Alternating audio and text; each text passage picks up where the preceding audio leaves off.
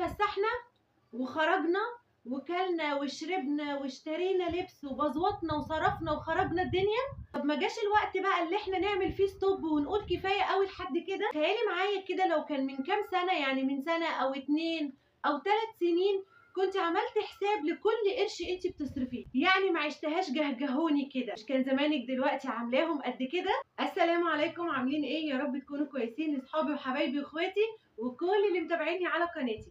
خليني اعرفكم بنفسي، لو اول مره تشوفوني انا سهى ودي قناتي. يشرفني جدا جدا ان حضرتك لو اول مره تشوفيني ومش مشتركه فيها تشتركي فيها، عشان ان شاء الله باذن الله مش هتخرجي منها الا وانتي مستفاده. والاهم من ده كله انك هتكوني مغيره حياتك للافضل وللاحسن باذن الله. قبل ما نبدا الفيديو زي كل مره ما ندخلش ابدا في الموضوع الا واحنا قايلين الصلاه والسلام على سيدنا محمد عليه افضل الصلاه والسلام. اللايك بتاعك بيفرق معايا جدا جدا، اعتبره كمكافاه منك ليا ولمجهودي. ما تعرفيش انا بتعب قد ايه علشان ابحث عن موضوع يهمك ويفيدك ويغير حياتك كلها للاحسن، فارجوكي ما تبخليش عليا زي ما انا ما بخلتش عليك. ما جاش الوقت اللي احنا نقول لنفسنا فيه كفايه نخلي كل حاجه تافهه من اولوياتنا، زي الخروج وزي الهدوم اللي بتتجاب بس لمجرد ان هي طالعه ترند او موضه جديده. اي حاجه طالعه موضه اجري اجيبها، شنطه، جزمه، ان شاء الله حتى قطعه ديكور في البيت، ولا طبق ملهوش اي 30 لازمه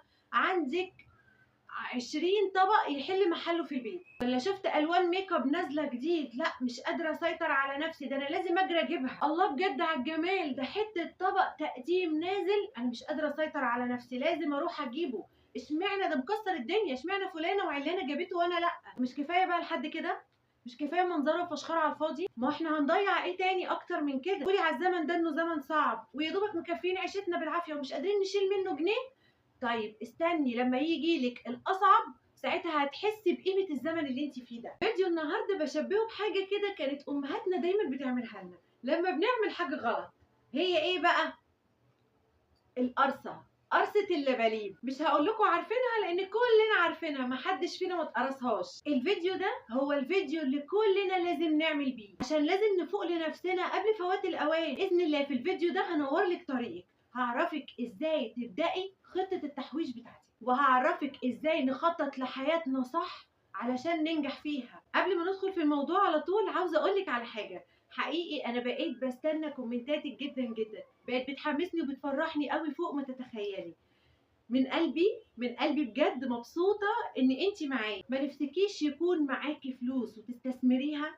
ما نفسكيش يكون معاكي مبلغك الخاص، رأس مالك انتي؟ مفيش حد فينا ما عندهوش حلم ونفسه قوي انه يتحقق. نفسي ما تحوجش لحد ابدا واستقل بحياتي. كل دي احلام جميلة جدا جدا جدا، والاحلى منها هو تحقيقها. صدقيني الوصول ليها مش حاجه صعبه ابدا. عشان نوصل ايه؟ محتاجين نتعب شويه. طب وايه المشكله؟ ما هي دي لذتها. ولو حضرتك ولا عايزه تحوشي ولا عايزه تتعبي ولا عايزه تفكري ولا تاخدي اي خطوه، يبقى الفيديو ده مش ليكي ابدا. الفيديو ده للست الجامده الجدعه اللي عندها طموح وعندها هدف. الاهم من ده كله ان املها في ربنا كبير جدا جدا طول ما في نفس داخل وخارج منها. الفيديو ده للناس اللي مستعده انها تيجي على نفسها شويه، تتنازل شويه بس عشان توصل لحلمها، حلم سنين معاها ملازمها. للناس اللي عندها استعداد انها تتعب دلوقتي عشان ترتاح بعدين. اقولك في الفيديو ده على 3 طرق، ال3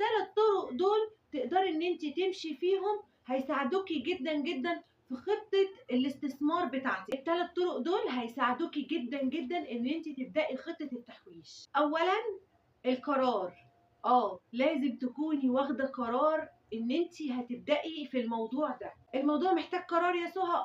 الموضوع محتاج قرار. انا مش هنام واقوم كده واقول خلاص انا نويت ان انا ابدا خطه التحويش بتاعتي. لازم اقعد مع نفسي وافكر كويس قوي قبل اي قرار اخده. انا فعلا هكون جاده وقد التحدي اللي انا داخلاه ده؟ فعلا هعرف اعمل كده ولا لا؟ ولا هما يومين كده حماس وخلاص يروحوا لحالهم؟ قرارك حازم في الموضوع ده ولا لا؟ لما تفتكري الدافع اللي انت هتعملي عشانه كده، في قلبك ده يدق، قلبك كده يتنفض ساعه ما يفتكر الحاجه اللي انت هتحوشي عشانها. عشان كده بقولك لازم تقعدي مع نفسك ولازم تاخدي القرار ده وتفكري فيه كويس جدا. اقول انا داخله على خطه تحويش، انا هحوش كذا علشان هينفعني بكذا، عشان هعمل بيه كذا.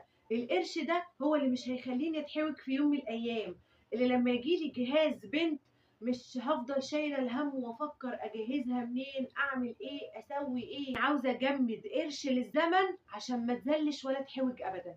اقعدي كده فكري كتير قوي قوي في الدافع بتاعك علشان تاخدي القرار كويس جدا جدا. هتلاقي نفسك بتقولي ده انا مش هبدا انفذه من بكره، لا ده انا هجري انفذه من دلوقتي. والقرار اللي انا هاخده ده بناء عليه لازم هغير حاجات كتير قوي قوي في حياتي. لازم هتكوني عارفه كده كويس جدا جدا شويه حاجات كده عشت طول عمري اعملها وهي كانت السبب في رجوعي لورا. يعني عشان ادخل خطه التحويش دي لازم اكون فاهمه كويس قوي قوي، واخده كده تعهد على نفسي ان مش اي حاجه اشوفها وتعجبني اجري بسرعه ان انا اجيبها. لازم هتنازل عن شويه حاجات كتير، هركز جدا جدا على اولوياتي الضروريه الضروريه قوي قوي. زمان في واحده بتتفرج عليا دلوقتي بتقول الله، يعني معنى كلامك كده هو انا يعني هموت نفسي، هعيش كده هموت من الجوع؟ خليني اقولك ان مش كل من عاش ناصح مات من الجوع. انا ما بقولكيش موتي نفسك، انا بس كل الموضوع عايزاكي تتنصحي شويه، تكوني ناصحه. ما هو ما فيش بطن بتتفتش، ولا عمرك هتمشي في الشارع ماسكه يافطه يا ولاد الحلال انا لابسه جاكيت ب1500 ولا ب2000 جنيه.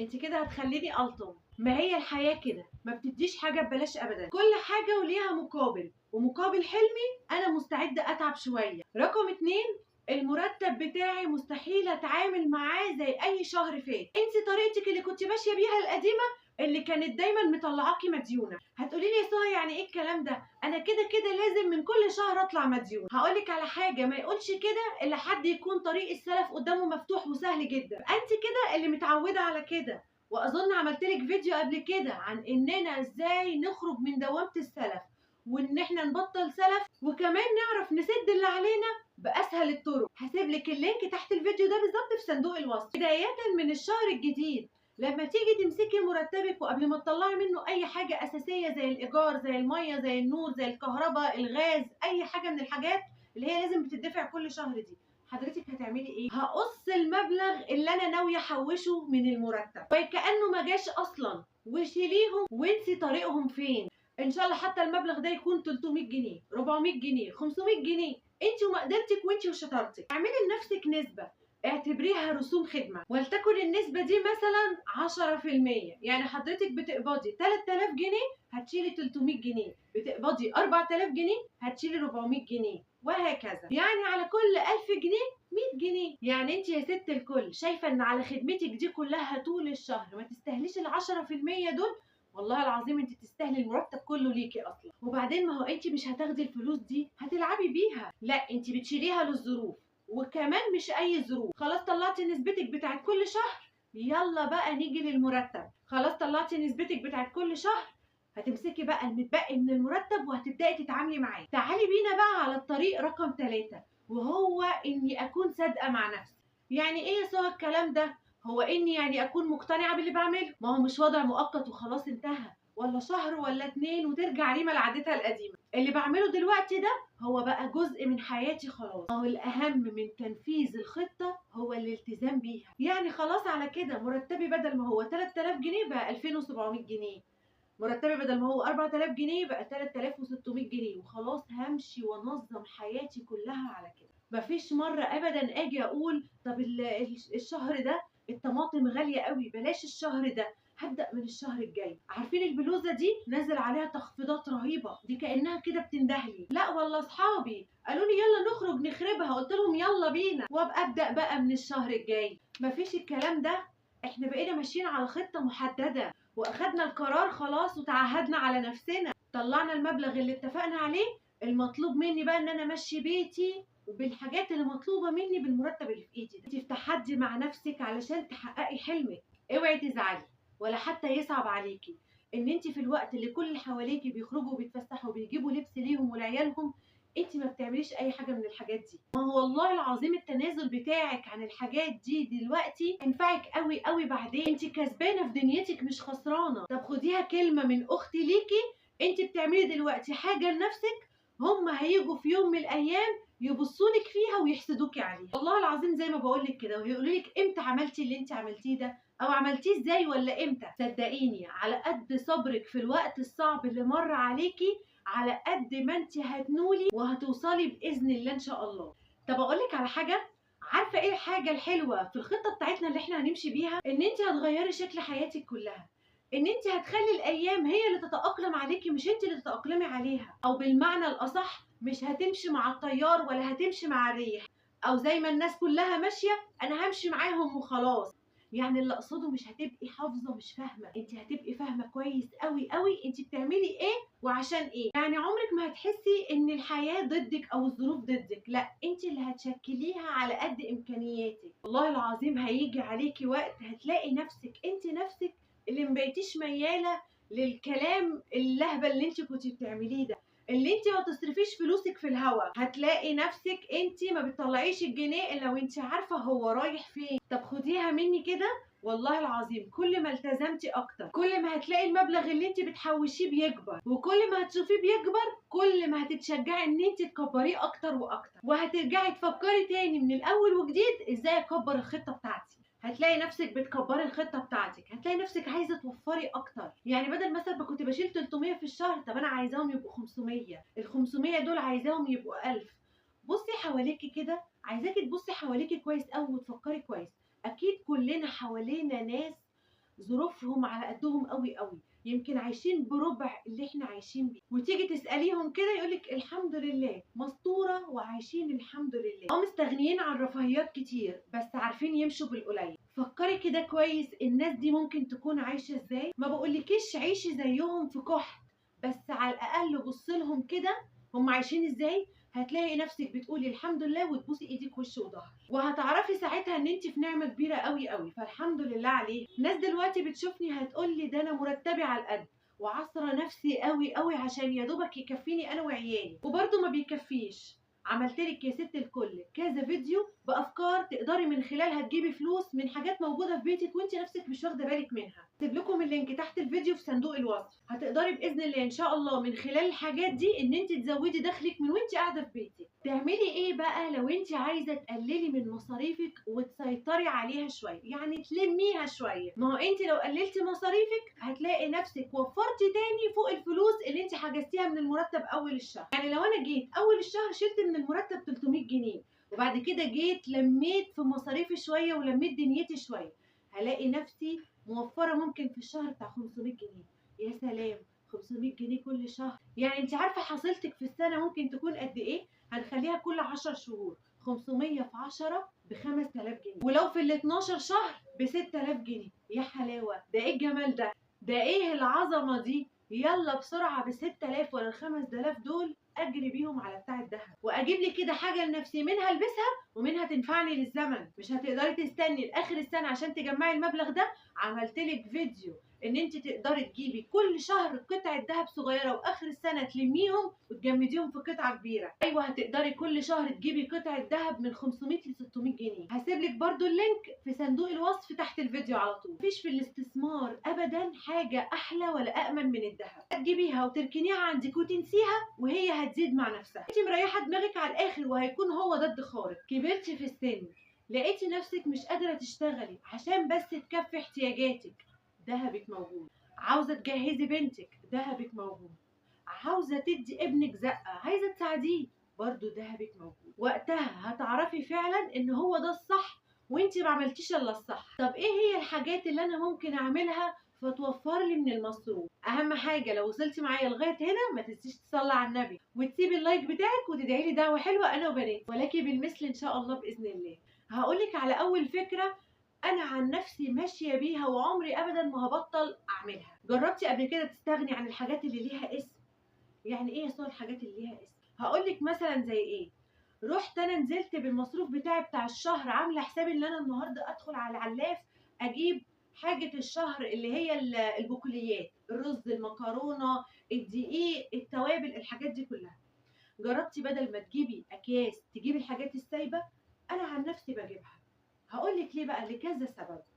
اولا الحاجات اللي الاكياس دي غاليه جدا وما فيهاش بركه. يعني ايه اجيب كيس مكرونه 400 جرام ب 15 جنيه؟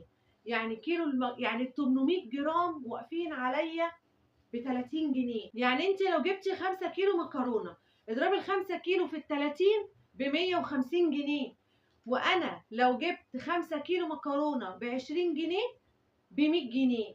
يبقى ادي اهو بند واحد بس مكرونات، انا ما كملتش لسه باقي الكلام، يعني انا ما قلتش لسه الرز والدقيق والتوابل والكلام ده كله. ادي هو فرط 50 جنيه. وكذلك الرز، ليه انزل اجيب الرز حتى لو كيلو صافي؟ ليه انزل اجيبه ب 35 و 40 جنيه وهو عند العلاف ممكن الاقيه ب 24 جنيه؟ مش ممكن، انا جايباه النهارده ب 24 جنيه، لقيت ابو 22 جنيه مكسر، لقيت فيه ب 24 جنيه وب 26 جنيه. انا جبت لي 2 كيلو من ب 24 جنيه، وال 2 جنيه جبت لي بيهم كيس ملح. التوابل دي اكتر حاجه بتقطع مع اي حد. مالها التوابل بتاعة العلاف اللي جنبك اللي ريحتها جايبة لغاية آخر الشارع، وبيبيع لك بالجرامات زي ما انت عايزة. مفيش ب5 جنيه هاتي ب10 جنيه. أنا عن نفسي بجيب الفلفل الأسمر والكمون بس اللي ب10 جنيه عشان هم دول اللي غاليين، وأي حاجة تانية بجيبها ب5 جنيه. أي حاجة اللي هي زي إيه؟ اللي هي الكزبرة الناشفة، بهارات اللحمة، البابريكا، البابريكا اللي هي الحمرا دي. وكمان دي انا جبتها بس الشهر ده علشان تساعدني شويه في الطماطم، يعني الطماطم لو مصفره شويه او لو انا مقللاها شويه بحط شويه بابريكا. جايبه ب5 جنيه قاطعين معايا قد كده، هي اصلا ما بيتحطش منها الا شويه صغننين قد كده. بجيب الكركم عشان بس لو عملت رز اصفر. مش بجيب اكتر من كده تاني. الماء اللي هي المرقه بجيب سايبه، بجيبها بس ب15 جنيه. يعني بلاقي نفسي ب60 70 جنيه لما توابلي كلها بتاعت الشهر، وعلى قد اللي انا جبته بقتصد فيه شويه وبمشي نفسي بيه. ملهاش لازمه اي توابل تانية فيها افتكاسات ولا اختراعات، ملهاش اي 30 لازمه. اكل امهاتنا زمان كان هو كتير وقوي الملح والفلفل الاسمر، ما كناش نسمع عن اي حاجه تانية، وما كانش فيه اطعم ولا احلى منه. عايزه اعمل كفته، عايزه اعمل خلطه مشويات، بحط من التوابل اللي عندي في البيت شويه فلفل اسمر، شويه كزبره ناشفه، شويه بهارات من اللي انا جايباها، شويه مرقه، وبتبقى زي الفل على كده. وما بنحسش ابدا باي اختلاف، مفيش اي اختلاف اصلا. انا مش حاسه بس الا بطعم اللحمه وطعم اللي هو مش طعم توابل، يعني مش اكل حاجه احس ان انا باكل بهار بس، يعني بهارات كده يلفحفح في بقي، لا، انا حاسه بطعم الحاجه. يعني شوف انت بند البقوليات اللي احنا اتكلمنا فيه ده بس ممكن تطلعي لك موفره منه بتاع 200 جنيه. وعايزه اقول لك على حاجه كمان، اوعي ابدا وانت عند بياع تتحطي عنده في فلوس. يعني مثلا مش تتحطي، ما تخليش نفسك ان انت مش عارفه ممكن يبقى حسابك كام في الاخر. لان انا صادفني دوت وعن تجربه شخصيه كذا حد لازم ارجع له وغلطه في الحساب، اللي هو حاسب لي الحاجه غلط. ليه بقى؟ عشان الحاجه مثلا بايه، ب 18 ونص، ب 17 ونص، ب 26 ونص، مثلا تمن حاجه ب 32 ونص. لا، دايما انا بجمد حاجتي. يعني ايه؟ الحاجه مثلا اللي ب 12 ونص، هات لي من ده الربع بكام؟ الربع ب 12 ونص، هات لي من ده ب 15 جنيه. مثلا الدقيق النص كيلو ب 8 جنيه، لا طب حط لي بالعشرة كده. مثلا نص الرز لو ب 25 مثلا وفي نص، طب حط لي بال15 او حط لي بالعشرة. وهكذا مع كل حاجه. انا عن نفسي ماشيه كده، ما بقولش ولا ربع ولا نص ولا بتاع. انا مثلا عارفه ان الحاجه دي سعرها كذا، النص هيبقى بكذا، فانا هقول لك حط لي بالكذا واحسب، وانا واقفه حاجتي كلها ولا يغلطني ولا غلطه. وكذلك الكلام ده يمشي على المنظفات. ليه تروحي تجيبي لك ازازه فري قد كده بمبلغ وقدره، عايزالك منها 3 في الشهر، ومعاهم الدوني معطر الملابس، ومعاهم الديتول عشان الارضيات، ومعاهم الكلور الابيض والكلور الالوان، ومعاهم ومعطر للشقه وما اعرفش ايه وسوي ايه، وتلاقي نفسك دافعالك 500 جنيه في شويه منظفات. ومالها يا ست كل الحاجات السايبه؟ بكلمك فيها عن تجربه شخصيه. مالهم ال3 كيلو فري ب10 جنيه، ال2 كيلو ونص ب10، او حتى ال2 كيلو ب10؟ هتجيبي لك 4 كيلو وتمشي نفسك بيهم في الشهر بتاعك. معاهم ايه بقى؟ معاهم ب5 كلور. اي حاجه تاني ب5 جنيه، ب5 كلور، ب5 معطر للشقه، ب5 ديتول معطر للارضيات. هتلاقي نفسك ب50 جنيه لما شويه الفتافيت دي. نيجي بقى للمسحوق بتاع الملابس اللي هادد حيلنا وكاسر ظهرنا كلنا. هتلاقي الراجل فاتح شكاره كده كبيره هي برضو ماركه، يعني مثلا زي تايد، زي اوكسي، زي الكلام ده، وبيبيع منها بالسايب. هتلاقي السايب مثلا ب 40 جنيه، هتشيلك 2 كيلو ونص ب 100 جنيه، وكفي نفسك بيهم في الشهر. يعني اقتصدي فيهم شويه. الهدوم اللي تحسيها نظيفه اركنيها كلها مع بعض. يعني في عندنا كلنا في البيت كده حد يلبس الهدوم لابسه ويقلع. انا عن نفسي بعمل كده. لبست الهدوم مثلا، وقفت عملت شويه رز قدام البوتاجاز، خلاص فضلت اشمشم فيهم ريحتهم شويه رز، اروح قلعاها. وهكذا كذا، لو عملت شويه فشار افضل اشمشم كده، ريحتي بقت فشار، ريحتي بقت زيت، اروح قلع هدومي. هدومي دي لا، انا مش هحطها واحط لها مكيال مسحوق وتتغسل وتعمل، لا، ما مش بهدر فيها مسحوق.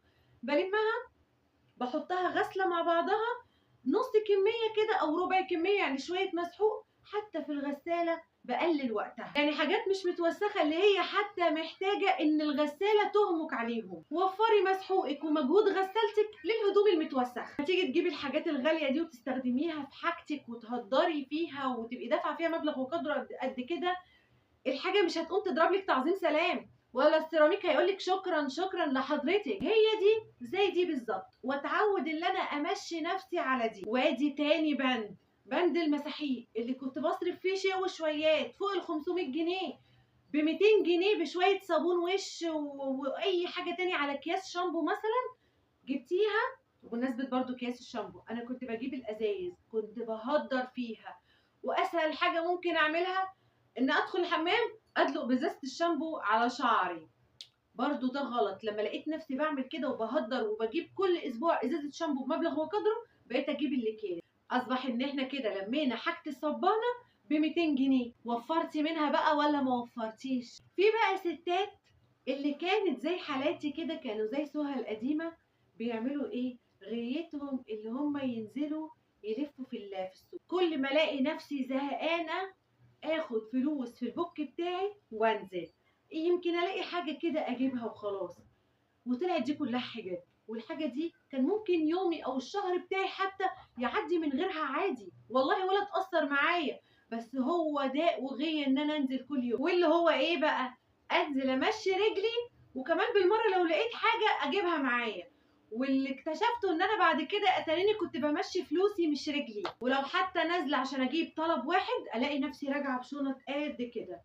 باظت الدنيا وخربت الميزانيه. حتى الناس اللي عارفيني في السوق، تعالي خدي ده احنا عندنا كذا حلو هينفعك، ويشيلوني 5 كيلو من ده على 3 كيلو من ده على معرفش ايه، وشكرا كده باظت. لا، بدل ما تنزلي في اليوم ده وانت حتى لو معاكي 50 جنيه علشان تجيبي طلب، اي طلب ملهوش اي 30 لازمه، لا، خديها ال 50 جنيه دي وروحي حطيها في الحصاله بتاعتك او في البوك اللي احنا بنحوش فيه. وحاولي ان انت الحاجه دي تمشيها من عندك في البيت. نحاول على قد ما نقدر ان احنا نركز على الاولويات بس.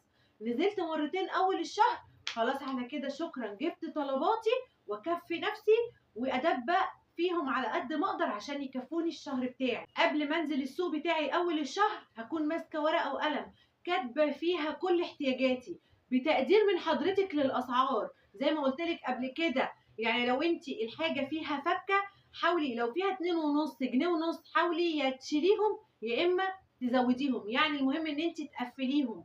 يعني لو 12 ونص خليهم 15، يا تخليهم 10. يعني زي مثلا من يومين كده رحت للراجل بتاع البانيه، فقلت له انا عايزه ربع بانيه. قال لي ربع البانيه ب 47 ونص، احط لك بال 50. انا عارفه ان هو ممكن ما يحطش بال 50 لان هو مجهز اطباق كلها انصاص ورباع محطوطه قدامه بالكميات.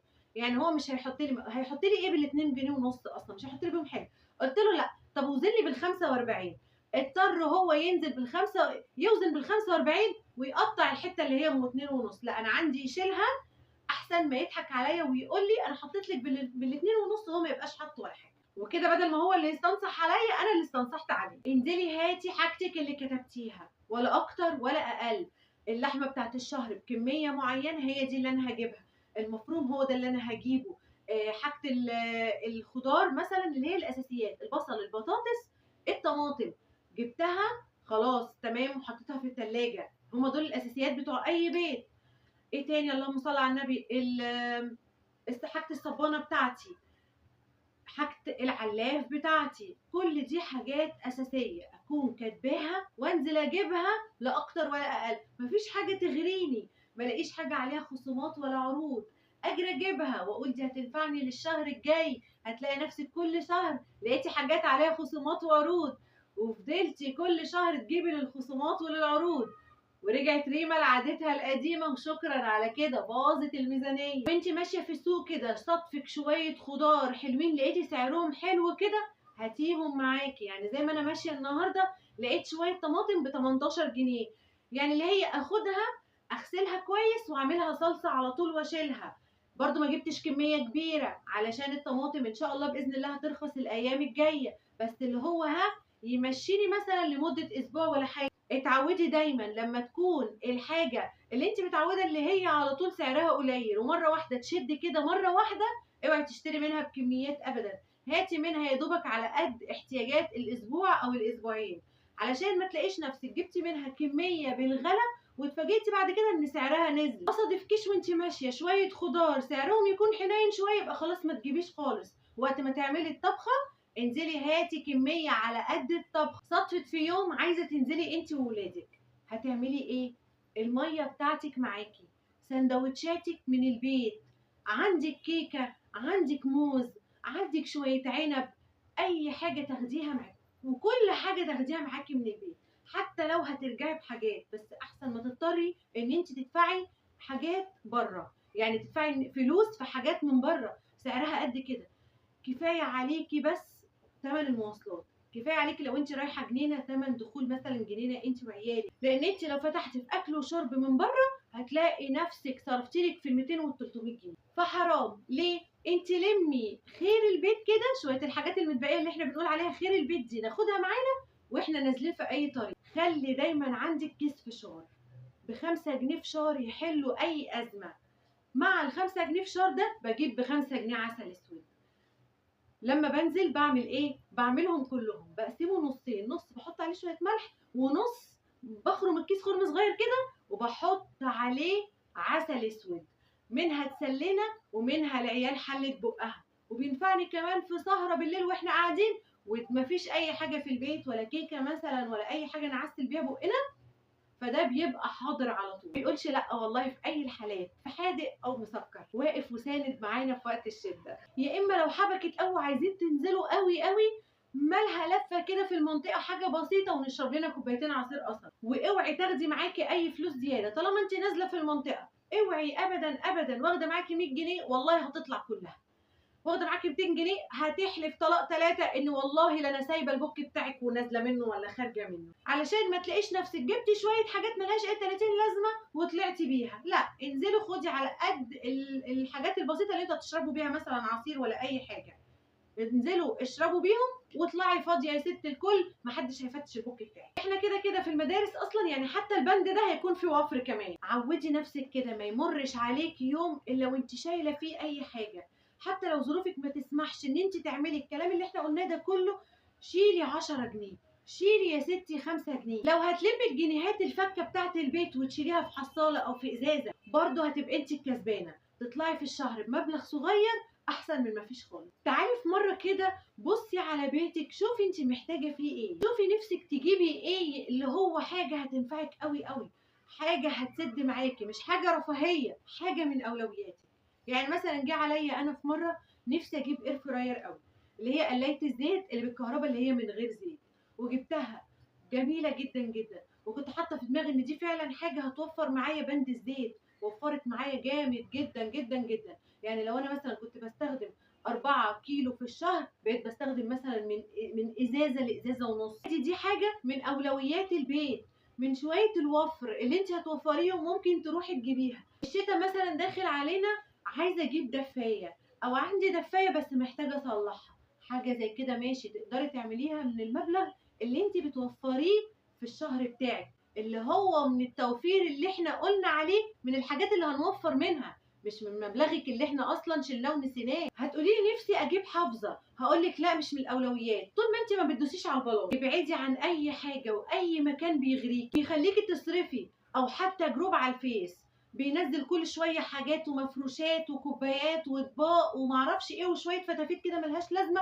اجري بسرعه بعد الفيديو ده اعمل له بلوك على طول. طول ما الجروب ده قدامي همسك نفسي مره والتانيه التالته خلاص زغللت عيني، الرابعه هجيب خلاص مفيش فرصه ومفيش كلام مفيش فرصه للتفكير ولا في كلام. نصيحه من تجارب الايام ليكي انت وبس، اوعي تهتمي ابدا باللي بيتقال عنك. انت عارفه انت مين وربنا وحده اعلم بحالك وباللي في نيتك. اوعي ابدا تقللي من قيمتك في انك تبرري افعالك. خليكي دايما عارفه ان سر الفشل في الحياه هو محاولتك في انك ترضي كل اللي حواليك. فاظن ان مفيش احلى من كده كلام نقدر نختم بيه فيديو النهارده. يا رب اكون كنت ضيفه خفيفه عليكي النهارده وقدرت افيدك ولو بمعلومه صغيره قد كده. يا رب اشوفك الفيديو الجاي ان شاء الله باذن الله وانتي باحسن وبافضل حال. يلا سلام.